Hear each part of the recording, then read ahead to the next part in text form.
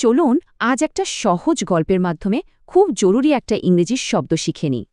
এই যে স্ক্রিনে দেখছেন, এটা জামান ভাইয়ের দোকান।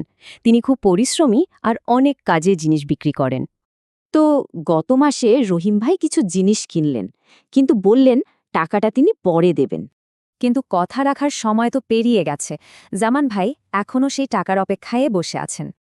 এই যে টাকাটা বকেয়া পড়ে গেল, ইংরেজিতে এর একটা সুন্দর নাম আছে, আর সেটা হলো আরিয়ার্স।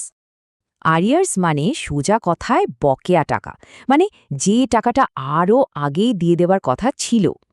বুঝতেই পারছেন, এটা কিন্তু একটা নেগেটিভ শব্দ, মানে কোনো একটা সমস্যা বা কথা না রাখার ইঙ্গিত দেয়। রহিম ভাইয়ের এই বকেয়ার কারণে কিন্তু বেশ কিছু সমস্যা হচ্ছে। জামান ভাইয়ের ব্যবসায় তো বটেই। আরিয়াস শব্দটা কিন্তু শুধু দোকানের ক্ষেত্রেই ব্যবহার হয় না, বাস্তব জীবনের এর আরও অনেক ব্যবহার আছে। যেমন ধরুন, কোনো কোম্পানি যদি কর্মীদের বেতন দিতে দেরি করে, তখন সেটাকে বলে স্যালারি আরিয়ার্স। আবার ধরেন, কেউ যদি সময়মতো বাড়ি ভাড়া না দেয়, সেটাও কিন্তু রেন্ট আরিয়ার্স হয়ে যায়। একইভাবে কোনো ব্যবসার গ্রাহকরা বিল না দিলেও সেটাকে বলা হয় ইনভয়েস আরিয়ার্স। তাহলে মূল কথা কি দাঁড়ালো? আরিয়ার্স মানে বকেয়া টাকা, যেটা সময়মতো দেওয়া হয়নি।